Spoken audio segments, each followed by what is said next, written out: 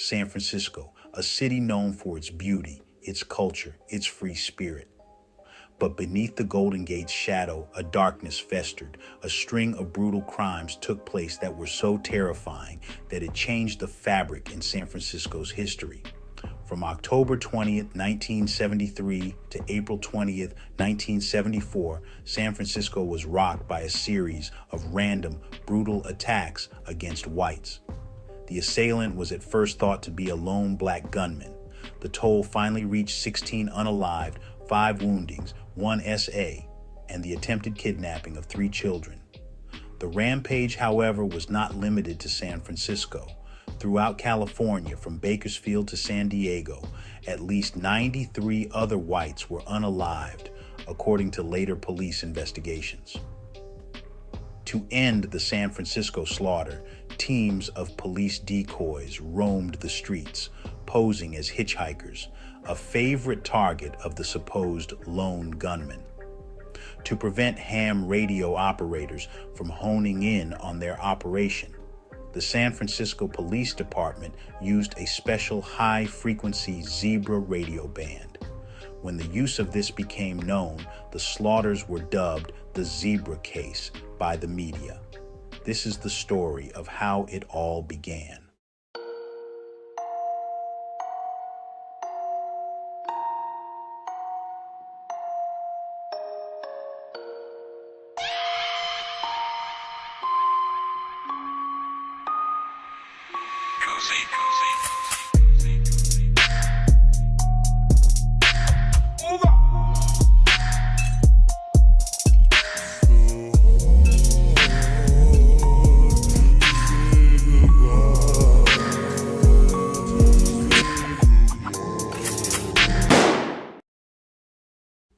October 20th, 1973, the nightmare begins. A young white married couple, Richard and Quita Haig, were taking a stroll near Powell and Chestnut Streets in the Telegraph Hill section of San Francisco. Parked alongside of the road was an old panel van. A man sitting in the van got out and walked up behind them asking for directions, then suddenly shoved a pistol into the back of Richard Haig and forced the couple into the rear of his van where 2 of his accomplices waited. The Haigs were bound, beaten, and driven to a remote spot in the San Francisco Industrial District. There they were yanked from the van. One of the men seized a machete and with one stroke nearly decapitated Quita Haig. The man then handed the machete to his partner, who slashed Richard Haig about the face and back of the head. Left for dead, Richard would eventually recover and testify against his wife's killers. On October 30th, 10 days after the abduction of Richard and Quita Haig, Frances Rose, a physical therapist, was shot 4 times in the head and neck as she sat in her car at the entrance of the parking lot to the University of California Extension. This time, someone was caught. Jesse Lee Cooks was arrested within a few minutes and only a short distance from the scene, still in possession of the murder weapon, a revolver.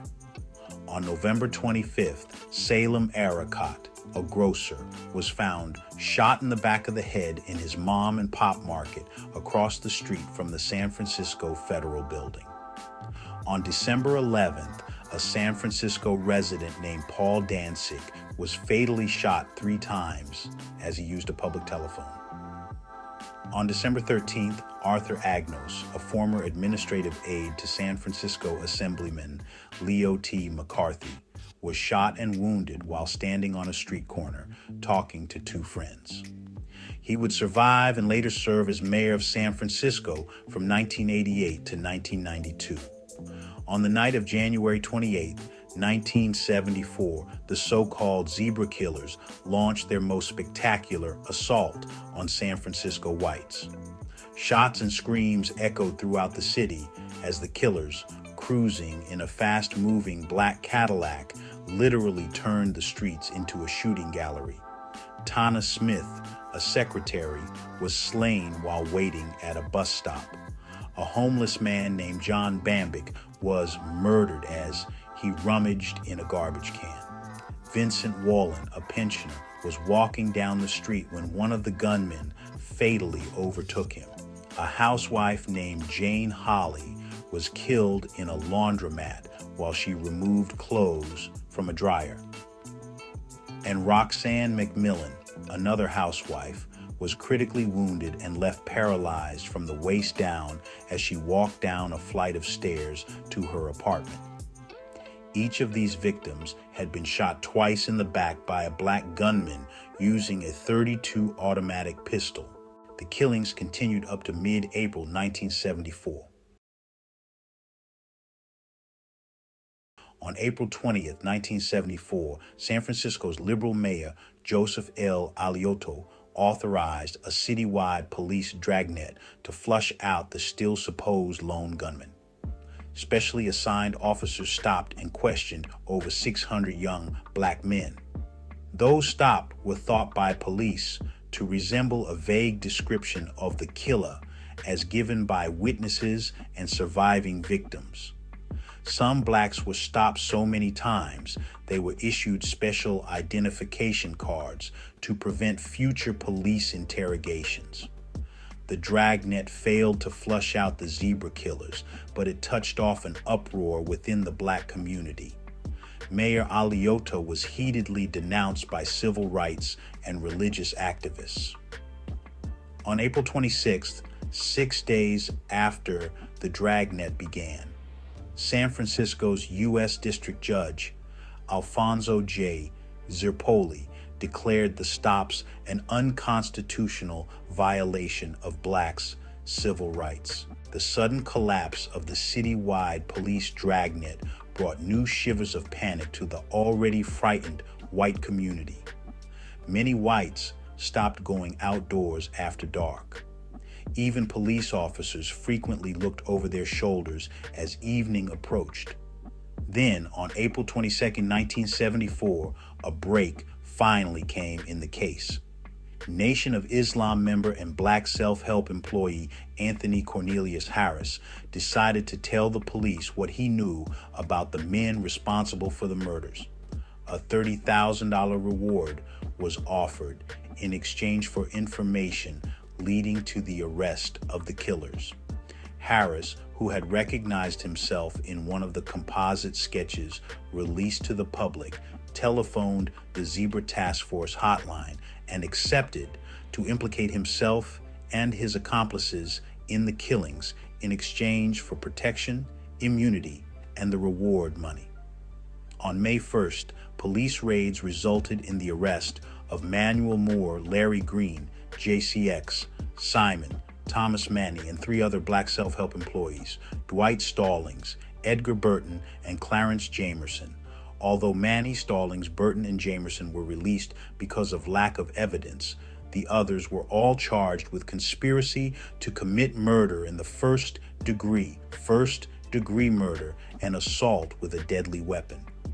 Green and Jesse Lee Cooks, who was already serving time for the murder of Francis Rose, were also charged with kidnapping and robbery for their roles in the Hague attack. The informant, Anthony Cornelius Harris, who had initially denied killing any of the victims, eventually admitted to shooting John Bambick under pressure from the others. Regardless, Harris's testimony was not the only evidence investigators had against the group. A Beretta Model 70 recovered by 2 young boys not far from one of the crime scenes was found to be a match with bullets from 10 of the 1974 Zebra attacks. A fence later testified that he had sold that gun to Thomas Manny. The Nation of Islam paid for the legal representation of every one of the defendants except Cooks, who had admitted to murdering Francis Rose. The trial, one of the longest in American history, began on March 3, 1975, and ended March 9, 1976, with guilty verdicts for all the defendants, despite attempts by the defense to discredit Harris as a witness. Moore, Green, Cooks, and Simon were all sentenced to life imprisonment. The informant Anthony Cornelius Harris was given a new identity to start a new life with his family away from San Francisco, a city that prides itself on its progressive values and vibrant culture. The city, once known for its free spirit and embrace of diversity, had been shaken to its core by the brutal events. The Zebra case forced San Francisco to confront the uncomfortable realities of racial division and prejudice that many had chosen to ignore. The case exposed the deep-seated biases that existed within the city's institutions and among its citizens, revealing a darker side of the city's identity. The legacy of the Zebra case can be seen in the reforms that followed, aimed at addressing these systemic issues and healing the community. On March 12, 2015, JCX Simon was found dead from unknown causes in his cell at San Quentin. In 2017, Manuel Moore died at the California healthcare facility in Stockton, age 75. Jesse Lee Cooks died on June 30, 2021, and Larry Green, as far as I know, is currently incarcerated at California State Prison, Solano,